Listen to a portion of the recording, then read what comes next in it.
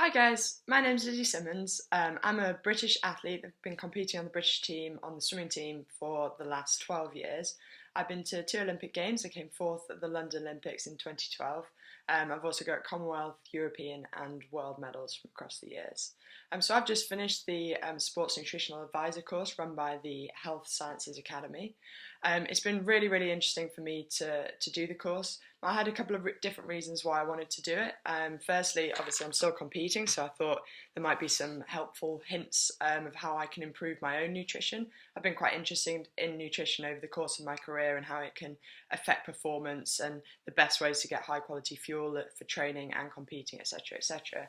So that was my first reason for doing it. The second reason is that after I finish my swimming career, I'm hopefully going to go into mentoring other athletes and also helping just general members of the public. I know there's a lot of misinformation about nutrition out there, and I've been involved with that as well, not quite sure which story to believe, which article to believe or not.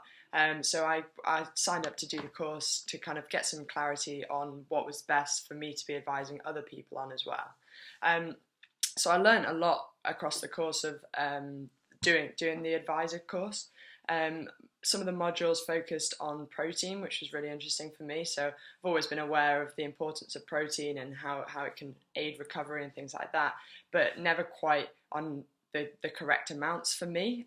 So it was interesting for me to work out for my exact body shape and for my weight and for the exact exercise I was doing, which kind of proteins I needed and exactly how much of that. There was also a little bit in there which I wasn't aware about having protein before and during exercise, so I always thought it was used mainly as a recovery tool afterwards, and that was how I was always using it. But there is some science behind actually having some, for example, for breakfast in the morning, and even having some protein involved with your carbohydrate during exercise can have an advantage as well. So I've seen some big differences from starting to be a bit more clever with my own protein intake across my training week. So that was the first thing that was really interesting for me.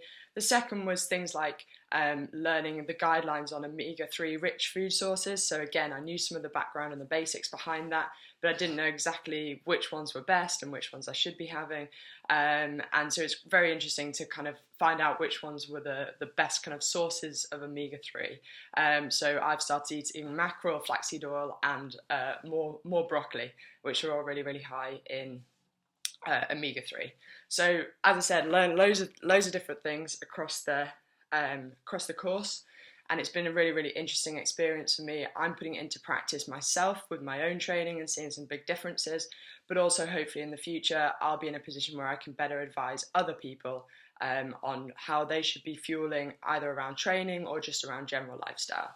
So if you can sign up to this course, it's absolutely fantastic. It's really interesting. There's a lot of science behind all of the facts, which was really important for me. As I said, there's a lot of misinformation out there, and I was kind of getting caught up in reading one article and then reading a different article that said something completely different and just being a bit confused in general. So there's always science to back up the slides and the modules, and it's a great course to do. It's really enjoyable.